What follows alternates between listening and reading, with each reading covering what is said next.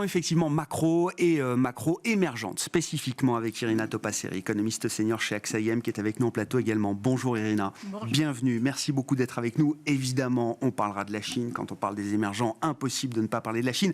Mais je voulais qu'on mette quand même la série d'élections en cours en ce moment à l'honneur, et notamment le second tour de l'élection présidentielle turque qui va se jouer ce week-end. Alors, évidemment que la dimension économique n'est sans doute qu'une dimension dans cette élection présidentielle turque, mais je voudrais quand même qu'on se focalise sur cette partie-là. Recep Tayyip Erdogan est président turc depuis mi-2014. Il était auparavant, pendant une dizaine d'années, Premier ministre. On a donc une vingtaine d'années d'ère Erdogan en Turquie. Irina, qu'est-ce qu'on peut dire du bilan économique de ces 20 ans d'Erdogan ? C'est 20 ans au pouvoir. Ouais. Il est rentré un peu par la petite porte, Erdogan. Il a été élu maire à quelques voix près, donc il est extrêmement conscient depuis ses débuts que chaque petit vote compte. Et on le voit, c'est une machine électorale. Et donc, il est désormais... il a été quand même en tête des... Ouais. Et pas qu'un peu, 5 points quand même. 5 points, moins serré que ce qu'on imaginait. Il était presque en train de gagner du premier coup, de la première... Donc, c'est étonnant. C'est pas du tout ce que les sondages préélectoraux nous disaient. Bon. 20 ans au pouvoir, un PIB annuel moyen de la Turquie, 5,5%. En fait, c'est égal à la moyenne des pays émergents sur cette période.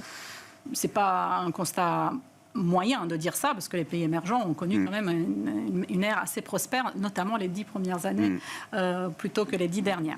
Mais ça, quand même, ça englobe la grande crise financière, la crise Covid, etc. Donc, c'est quand même assez intéressant. Maintenant, quand vous regardez, vous décryptez un peu les 20 ans, il faut quand même les ouvrir un peu. Le gros de ce super bilan, c'est fait sur la première partie, notamment, et je pense que c'est 2016-2018, la coupure. Et alors, il y a deux choses qui se sont passées à cette date-là, charnière. 2016, il y a eu l'attentat d'un coup d'État, en fait. Et donc ça a posé un revirement assez fondamental de la vue d'Erdogan de comment il doit gérer le pays. Et il a sincèrement lâché les réformes et il est passé sur un mode de je resserre les institutions, je m'occupe de la sécurité. Et ça change beaucoup. Et en fait, quand vous regardez qu'est-ce qui tirait la croissance, par exemple, on regarde souvent le PIB, les trois grands secteurs, on va dire le secteur manufacturier, la construction et le secteur des services. Jusqu'en 2016-2018, le secteur de la construction était largement... En fait, il avait multiplié par 5. Donc, largement plus. J'avais regardé, les autres n'avaient fait que 2,5 fois plus sur cette période-là. Alors, depuis... Il y avait une suractivité turque dans la construction par rapport à des pays comparables. Ce qui est assez intéressant, parce que ça rejoint un peu, malheureusement, avec l'événement assez tragique, très tragique, des tremblements de terre. Effectivement, la construction, depuis 20 ans, elle se fait sous la houlette du président Erdogan. Donc, si des immeubles se sont effondrés, construits depuis, il en était évidemment responsable.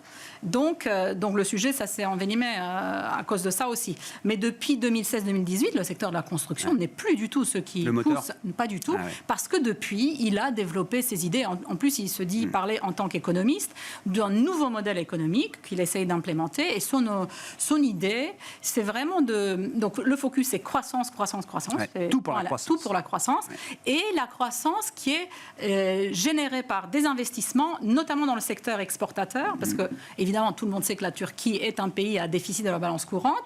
Donc, il se dit, moi, je dois renverser tout ça. Donc, je vais aider toutes les sociétés exportatrices afin qu'elles moindrissent justement cette épine qui le fait, pas qui le rende dépendant, en fait, des flux étrangers. Exactement. Et en pensant qu'en faisant cela, les exportateurs vont embaucher un peu plus, donc il va servir aussi son consommateur. Mais il le fait par des surstimulations en fait, du crédit. Et donc, ce qui fait que la croissance 5,5, je disais, moi, de manière assez jolie, et en fait, il est extrêmement volatile. Donc, il y a une volatilité macroéconomique assez forte. D'abord, déjà, par construction, c'est une économie qui est assez cyclique, très fortement cyclique. Donc, déjà, elle emprunte les cycles, mais en plus, elle a emprunté, malheureusement, donc de la volatilité auto-infligée par des politiques économiques, que ce soit fiscales ou monétaires, qui induisent beaucoup de volatilité dans le système. Est-ce que c'est une volatilité volatilité que l'économie turque ou les agents turcs supportent. Vous avez chiffre effectivement de progression de 5,5% du PIB chaque année, PIB réel, bien sûr. Oui. On peut regarder aussi la mesure du PIB par habitant, pour être peut-être encore un peu plus précis sur la manière dont la population turque a profité de cette ère de croissance. En PIB par habitant, alors mesuré en dollars, parité de pouvoir d'achat, on prend les standards internationaux qui permettent les comparaisons les plus faciles, j'allais dire, avec d'autres pays. Je veux dire, là aussi, le PIB par habitant a doublé en 20 ans. C'est-à-dire et en même temps, il y a le revers de l'inflation, alors qui était à quasiment 100% il y a quelques mois, qui a divisé par 2, qui reste à 50% sur un an en Turquie. Est-ce que c'est un équilibre que les agents économiques turcs supportent aujourd'hui? Alors, ce qui est assez difficile pour nous, vu d'Europe, parce qu'on n'est pas habitué. Alors là, ce qu'on voit, c'est... Ah bah non, on a peur. C'est une autre 7% d'inflation, évidemment, c'est très tendu. Alors là, vous l'avez bien dit, on était à 100%. Il n'y a pas si longtemps que ça, on est à 40 et quelques, tout en sachant que ces chiffres-là sont en débat. Donc, il y a la question de la fiabilité des statistiques. Que ça soit bien au-dessus. Alors, comment on fait pour vivre dans un monde comme ça? En fait, on vit assez bien. C'est ça qui est assez contre-intuitif. Pour un moment, on peut vivre assez bien. Et notamment pour des populations qui savent s'adapter. Moi, j'ai été étonnée la première fois où je suis allée en Turquie il y a 20 ans. Les agents turcs, mais les gens de la rue, je ne vous parle pas dans le bazar, ils savent parler taux d'intérêt composé, taux d'intérêt mensuel. Parce que je pense que c'est assez difficile vu d'ici. Donc ils savent s'adapter. Ça, c'est une chose. Ils ont déjà connu de l'inflation par ailleurs, donc ils savent s'adapter. Ce qui va être très choquant à aller en Turquie aujourd'hui, c'est que vous allez voir un monde hyper... bouillonnant. Effervescent, parce qu'il y a des gens qui achètent partout. Mais oui, mais c'est exactement l'effet de l'inflation. Les agents turcs, en plus, ils sont limités de comment ils peuvent placer leur argent. Aujourd'hui, partie de ce modèle économique viennent un tas de mesures régulatrices qui empêchent les Turcs aujourd'hui d'acheter des dollars, de se réfugier sur la valeur dollar. Donc tout ce qu'ils peuvent faire, c'est consommer. Donc la consommation est aujourd'hui, sur la croissance turque aujourd'hui, c'est la consommation qui est plus de 100% de contribution. Le moteur de la croissance. Il n'y a que ça. Parce que l'investissement, lui, pour le coup... C'est la fuite en avant de la consommation. L'investissement, il a peur. Donc les investisseurs, même locaux, font plus rien. Les exportateurs, c'est les seuls qui ont des dollars. Enfin bon, voilà. Eux aussi, ils voient la demande extérieure ne pas être toujours au rendez-vous. Et en gros, tout ce qu'on fait, c'est on alimente la consommation par la peur de l'inflation du lendemain. Est-ce que, admettons, ou réfléchissons à l'idée d'une alternance politique, est-ce qu'une alternance politique serait une remise en cause de ce schéma économique, ou est-ce qu'on est, j'allais dire, trop loin dans la fuite en avant pour que l'opposant de Erdogan, si jamais il accédait un jour au pouvoir, puisse renverser ou changer ce schéma économique en profondeur? Alors, pour ce qu'il a dit de manière claire dans ses manifestos de cette alliance qui est six partis de gauche, de droite, laïque, c'est un attelage un peu compliqué. C'est de tous bords, donc c'est en gros une opposition qui souhaite juste faire sortir, enfin pas juste, mais... C'est la réunion des oppositions. Exactement, voilà. C'est pour faire sortir... En fait, ils ont bien compris que s'ils ne sont pas unis, ils ne peuvent rien faire contre le président en poste.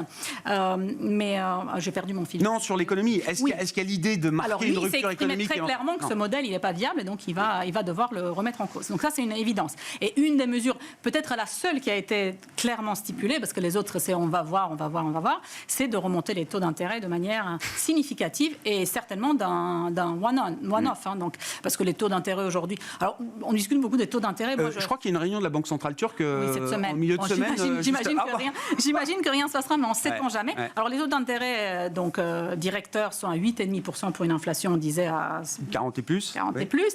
Mais en fait, ce n'est pas ça qui raconte la vérité. Ça, c'est pour nous servir, ou servir Erdogan un discours. Je vous ai bien dit, je baisse les taux, l'inflation baisse. Et donc, lui, il nous dit, vous voyez, je vous ai bien dit, il y a une corrélation positive entre les taux d'intérêt. Donc, oui, ce qui laisse la communauté économique un peu perplexe, évidemment. Orthodoxe, un peu perplexe. Voilà. Oui. Donc, mais par contre, quand on regarde derrière, on voit bien que les banques ne traitent pas à 8%, les taux sont ailleurs, sont au-delà de 20%, mais même 20%. C'est pas le taux réel de l'économie. Mais le taux réel d'intérêt, même à 20%, il est fortement négatif. Donc on voit qu'il y a un problème. Donc les réglementations appuient sur les volumes, pas sur le niveau des taux, mais sur le droit ou pas de prendre un crédit en dollars ou en devise locale. Donc, il gère autrement la manière. Donc, le représentant de l'opposition va s'attaquer en plein là-dessus, mais il ouvre d'abord un chapitre où il dit, attention, d'abord, je ne sais pas quelle est la vérité. Donc, il y a ce sujet-là qui va être étudié. Quelle est la dette ? quelles sont les contingent liabilities, donc combien il y a de la dette contingente qui va venir s'apposer. Il y a un travail d'évaluation des quelle est l'inflation? Donc il se pose la question, quelle est l'inflation? Et alors c'est assez intéressant parce que la dette publique, une autre épine de la Turquie, c'est la dette des entreprises. Donc elle est très forte, elle est en dollars, donc ils sont exposés à ce risque-là. Et donc le risque pèse après sur les banques de rôler la dette, si jamais les marchés étrangers s'arrêtent et si eux ils se font plus confiance, donc on revient à un coup d'arrêt. Mais on ne se pose jamais la question sur la dette d'État, parce que la dette d'État turque, elle est de l'ordre de 30-40% de PIB. Ouais, sauf que là, l'opposition dit, mais peut-être c'est le double.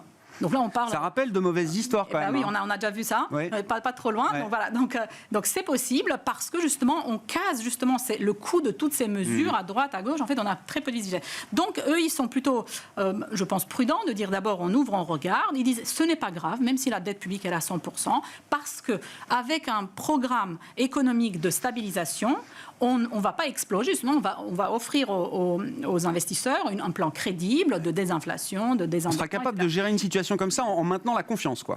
C'est ce qu'ils espèrent, en tout cas. Donc, ce qui veut dire qu'ils ne pourront pas ouvrir d'un coup et dire on lâche tout, on arrête toutes les réglementations, toutes les mesures en place, parce qu'ils ne peuvent pas gérer tout en même temps. Le niveau de la devise, selon comment il évolue, ils vont pouvoir lâcher un peu plus. C'est un peu ça l'idée. Mais enfin bon, tout ça, c'est encore de l'ordre de l'imagination. Oui, et ça restera peut-être d'ailleurs de la fiction. Irina, parce qu'on verra les scores à l'issue du second tour qui se tient ce week-end, mais effectivement, vu les 5 points d'avance de Erdogan sur Kılıçdaroğlu, il est possible que ce soit un nouveau mandat pour Recep Tayyip Erdogan. Aujourd'hui, je pense que les marchés ont pris une douche froide en sortant des urnes du premier tour.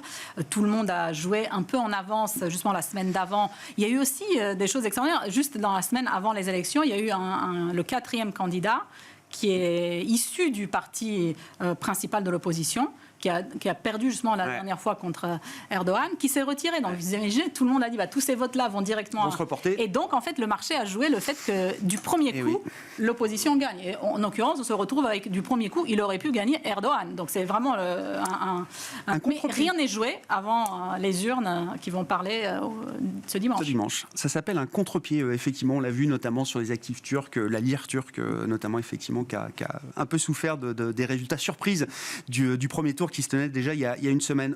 On n'aura pas le temps de parler de la Chine, Yana. C'est pas grave, on en parlera la prochaine fois. On va pas faire la Chine en 30 secondes, c'est pas possible. Mais on en reparlera évidemment la prochaine fois. L'idée étant de voir effectivement s'il y a un peu de déception derrière la reprise économique chinoise.